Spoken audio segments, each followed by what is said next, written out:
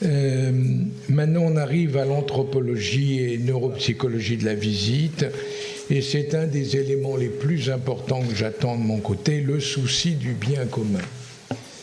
Roger, c'est pour voilà. toi. Alors ce coup-ci, c'est plus Geneviève, c'est moi. Mais enfin, bon, je pense beaucoup à elle en ce moment, bon, donc surtout que celui qu'elle enterre était aussi un de mes élèves comme elle.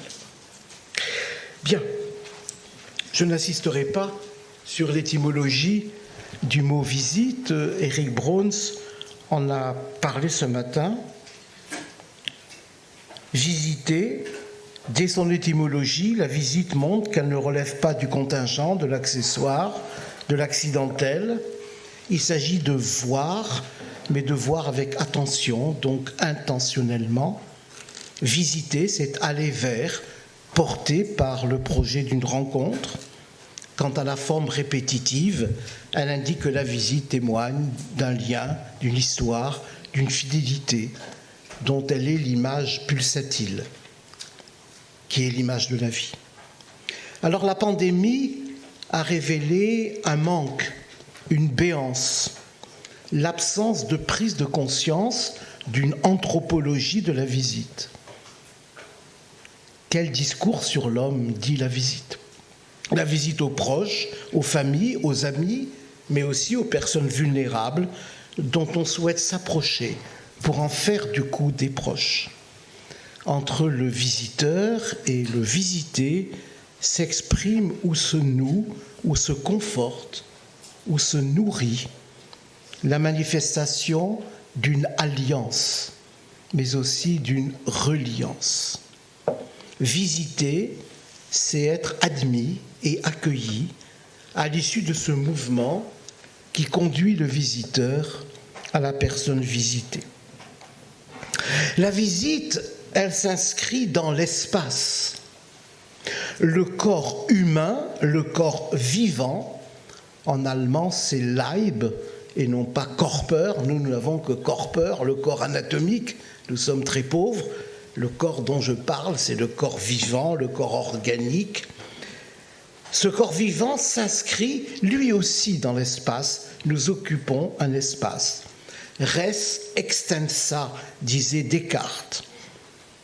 Chose qui occupe un volume. Le corps est cependant indissociable de la personne dont il est l'épiphanie, c'est-à-dire la manifestation au monde. Notre corps est notre seule manifestation au monde. Ce corps vivant, il perçoit, il ressent, il agit, il pense dans un espace.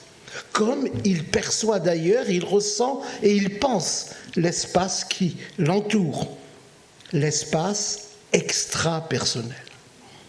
Il est d'usage de distinguer dans cet espace extra-personnel, celui qui nous entoure, l'espace extra-personnel proche, qu'on appelle péripersonnel, et l'espace lointain, extra-personnel lointain. Alors, le premier, l'espace péripersonnel proche, il est, disait Brain, qui est un neurologue, à une grasping distance, c'est-à-dire à une distance que je peux toucher. Christian Hervé est dans mon espace extra-personnel, proche, péripersonnel. Je suis très heureux. C'est un privilège pour moi. Je peux le toucher. Savoir ce qui est l'espace à portée de main. L'autre est l'espace interpersonnel lointain. Ce qui se trouve ne peut être touché, sinon en marchant. Walking distance. Pour m'approcher de lui, à condition qu'on m'y autorise.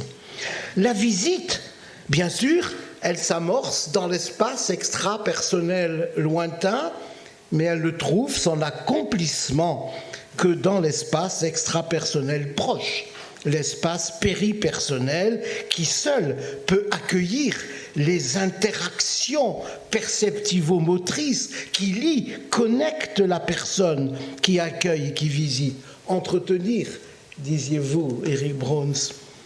Et c'est ainsi que que l'un et l'autre peuvent s'embrasser, s'enserrer, se toucher, se regarder, s'entendre, se parler ou faire silence, sans obstacle interposé. La visite est alors l'écrin où se déploie l'empathie qui permet à chacun de se sentir soi en ressentant ce que ressent l'autre. La visite, on l'a dit, ouvre ainsi à l'intersubjectivité qui tresse des liens odologiques, vous voyez en bleu, des liens odologiques dans leur dimension émotionnelle, cognitive, spirituelle. Qui es-tu? Pourquoi viens-tu? Que faisons-nous ensemble? Quel sens ça a d'être là aujourd'hui tous les deux? Dès lors, vous l'avez bien compris, mais nous ne l'avions pas compris. Une visite perd sa signification. Elle n'est plus une visite quand elle est mutilée par une mise à distance de 2 mètres, par l'obstacle d'une table, par l'injonction de l'immobilité, par la barrière de plexiglas et même le masque. Une visite perd sa signification si l'élan de 2 personnes qui veulent passer de la walking distance à la grasping distance, si cet élan est brisé par des injonctions et des obstacles matériels. Si l'on y ajoute les déficits sensoriels de nos vieux, de la vue, de l'audition, la visite ne devient alors qu'une vague entrevue, mutilée par les entraves dressées à l'égard de la relation au visage et à la gestualité qui nécessite l'accès perceptif à l'autre, à ses émotions, à son identité, aux souvenirs qui sont alors réactivés comme des bribes, parfois ténues, parfois fragiles, parfois douces et mêlées aux effluves tendrement dissonantes de la nostalgie. Et ce vécu, qu'il se déploie de manière intense ou qu'il se résume à la sobriété d'une sensation de bien-être, persiste, même si une maladie d'Alzheimer altère la reconnaissance des visages familiers. Car cette altération de la reconnaissance des visages, il ne me reconnaît pas, ne concerne longtemps que la reconnaissance explicite et épargne la reconnaissance implicite et inconsciente. Le malade d'Alzheimer est bien quand on va le voir, même si il ne sait plus notre nom et s'il ne le dit plus. C'est cela que nous appelons le sentiment de familiarité.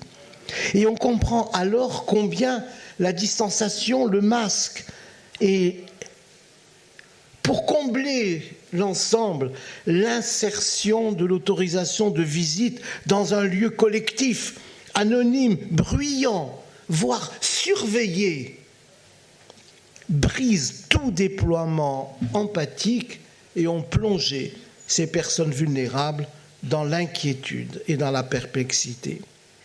Comment a-t-on pu croire en effet que la visite n'était qu'un passe-temps, un divertissement simplement destiné à rompre la monotonie de l'enfermement? Comment a-t-on pu croire qu'elle pouvait être suspendue pour quelques catégories de population?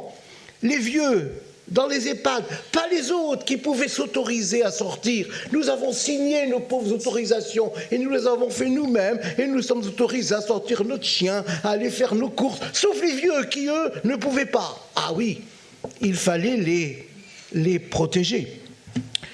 Comment pouvait-on croire que la justice constituait la même part pour tous, quels que soient les besoins? C'est là précisément que la rationalité échoue quand les concepts ne s'intègrent pas dans la réalité charnelle de chaque être humain, en somme, dans une éthique qui m'est très chère, l'éthique de Francisco Varela, trop peu connue, mais je sais que Foucault le connaît, une éthique et une anthropologie incarné. Car on peut évoquer dans la suppression des visites une atteinte à la liberté d'aller et venir. Oui, c'est vrai, mais les êtres humains peuvent accéder au nom d'intérêts supérieurs collectifs relevant de la santé publique ou présentés comme tels à restreindre volontairement leur liberté. Beaucoup d'entre nous sommes capables de restreindre nos libertés pour le bien public, d'accepter une suspension ou une restriction des visites. On peut aussi, l'esprit tranquille et imprégné de bonnes intentions, produire des recommandations relevant d'une conception de la justice imprimée de l'idée que le nombre de visites censé contrôler la propagation du virus, on aimerait avoir les us entiers, aurait été partout et pour toute la France d'1 ou 2 visites par semaine, ne dépassant pas une demi-heure, sous couvert de gestes barrières stricts. Qu'a-t-on pas lu ? C'était oublié, hélas, que la liberté et la justice ne peuvent être dissociées des besoins, des désirs et des attentes qui doivent être adaptés à chaque situation, à chaque personne, et que l'intérêt collectif s'autodétruit quand il croit pouvoir faire l'impasse d'une éthique de la personne. Il a fallu quelques jours pour comprendre déjà qu'il était humainement inacceptable de ne pas accepter que les proches soient interdits de visite quand leur être cher était en fin de vie. 8 jours après, ça a changé. Il a fallu plus longtemps pour comprendre qu'il était humainement inacceptable d'interdire aux proches de visiter pour un dernier adieu leur être cher décédé. Et que dire de situations récentes qui datent de quelques mois, au cours desquelles des considérations hygiénistes sommaires conduisent à interdire les visites en raison de viroses saisonnières ou en cas de décès, dès lors que la personne décédée se trouve classée Covid+, c'est encore aujourd'hui. Alors, la visite, elle plonge en effet au plus profond de la sociabilité humaine, sans laquelle l'être humain se trouve dépourvu de sentiments d'appartenance qui, depuis la nuit des temps, permet sa sécurité, sa survie. C'est le groupe qui permet notre sécurité, notre survie, aussi loin que remonte la mémoire de l'humanité, et que c'est cette histoire qui configure le récit de notre vie, ce que Paul Ricoeur appelait l'identité narrative. Nous ne nous racontons jamais seuls, mais nous nous racontons toujours intégrés dans un groupe. Les situations de vulnérabilité et la dépendance qu'elles entraînent à l'égard du monde exposent en effet à la peur du rejet, de l'exclusion, qui génère un besoin douloureux de reliance. Eh bien oui, ces besoins ne sont pas identiques d'une personne à l'autre. Ils sont d'autant plus vifs, ces besoins de reliance, qu'ils concernent des personnes vulnérables, comme les personnes âgées, dont le placement en EHPAD, quelle que soit la nécessité sociale, constitue, qu'on le veuille ou non, une rupture avec la vie relationnelle ordinaire. Et quels que soient les efforts d'accompagnement qui permettent à certains de reconfigurer une nouvelle vie sociale, certains, et notamment des personnes atteintes de maladie d'Alzheimer, ont un besoin majeur d'accueillir des proches en visite.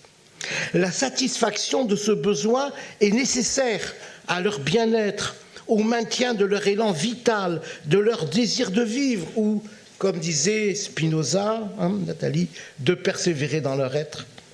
La satisfaction de ce besoin constitue ainsi un bien commun.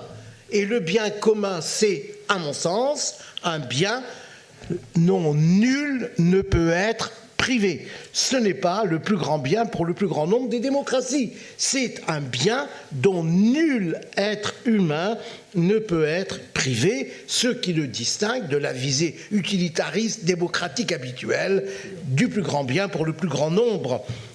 Dès que la privation de ce besoin descend au-dessous d'un certain seuil, variable selon les individus et qui fonctionne, à mon sens, comme un seuil anthropologique de déshumanisation au sens de l'équivalent d'une exclusion, d'un rejet du groupe humain. Le sujet ressent alors une souffrance qui peut lui faire lâcher prise et désagréger son désir même de vivre. C'est ce que nos collègues gériatres ont appelé le syndrome de glissement. Ce qui peut être trompeur, ce qui doit attirer l'attention, c'est l'expression charnelle du manque, du désarroi, de la détresse. Mais ce besoin s'exprime implicitement. Ce sujet âgé qui ne mange plus, il n'a pas besoin de repas améliorés, il a besoin des siens près de lui. C'est ce décodage qui est appelé, c'est cette interprétation à laquelle nous sommes appelés, derrière une perte de l'appétit, un refus d'alimentation, une réduction de la motilité, un refus de quitter le fauteuil, puis le lit. Oui, ce syndrome de glissement, qui, si le besoin qu'il manifeste implicitement n'est pas reconnu, peut conduire à la mort. L'ultime visite au défunt, qui est aussi l'ultime relation au visage pour un dernier adieu, fait partie de la ritualité de la mort que l'on a vu empêcher, entraver pendant la pandémie et en dépit même de l'avis du Haut Conseil de santé publique. Les corps, trop souvent, sont à la moindre toilette, précipités dans des housses par des soignants éprouvés par ces tâches qui leur furent imposées et dont ils gardent un souvenir dévastateur ou reviennent en mémoire la manipulation de ces corps auxquels il fut longtemps interdit de rendre le dernier hommage du soignant, la toilette mortuaire. Et plusieurs soignants nous l'ont dit, hélas, pas dans un retexte officiel, mais dans les confidences, le contact éprouvant du corps à travers la housse plastique. Il semble qu'il y ait là une sensation charnelle très difficile. Alors, comment de telles idées ont-elles pu germer ?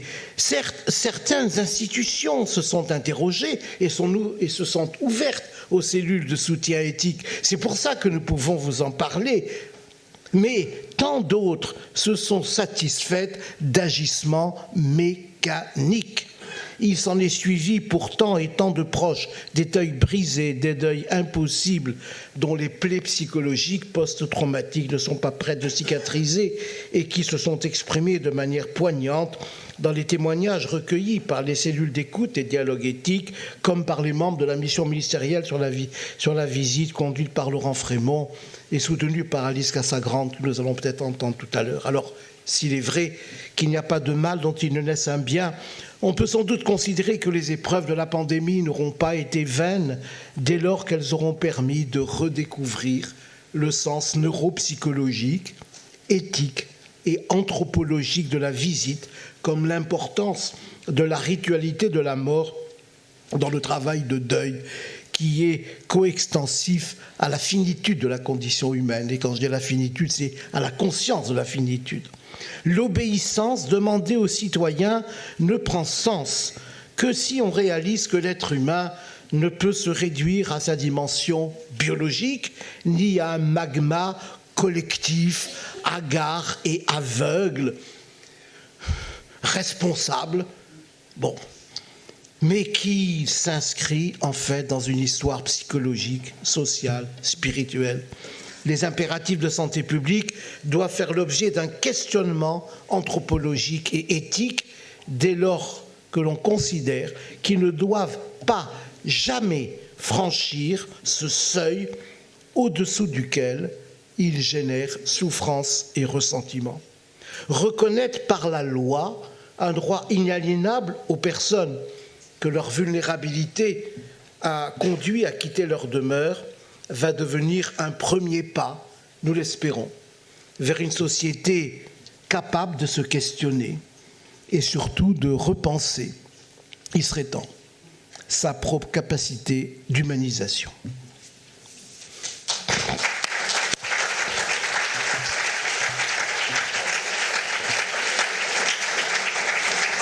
Je tiens à particulièrement féliciter nos deux derniers intervenants pour le travail qui a été fait Et j'espère, quand je dis j'espère, c'est plutôt toi qui espères, puisque c'est toi qui sera à la tête du livre, que non seulement ces éléments seront écrits, mais on pourrait espérer aussi que dans les annexes, s'il peut y en avoir, les témoignages sur lesquels, en définitive, les propos sont faits, soient bien écrits. Pourquoi ? Parce que là, on est à un seuil, c'est le moment de le dire, sur l'hominisation, la déshominisation, la déshumanisation, et ça nous rapproche d'autres périodes où il a pu y avoir des prises en charge des personnes, et on sait comment les choses n'ont pas été dites tout de suite. D'où l'importance là de les faire savoir, de les écrire, quitte à ce que ça ressorte un peu plus tard, mais que ce soit écrit. En tout cas, bravo, un véritable travail tous les deux. Enfin, c'est toute une équipe, bien sûr. Bravo.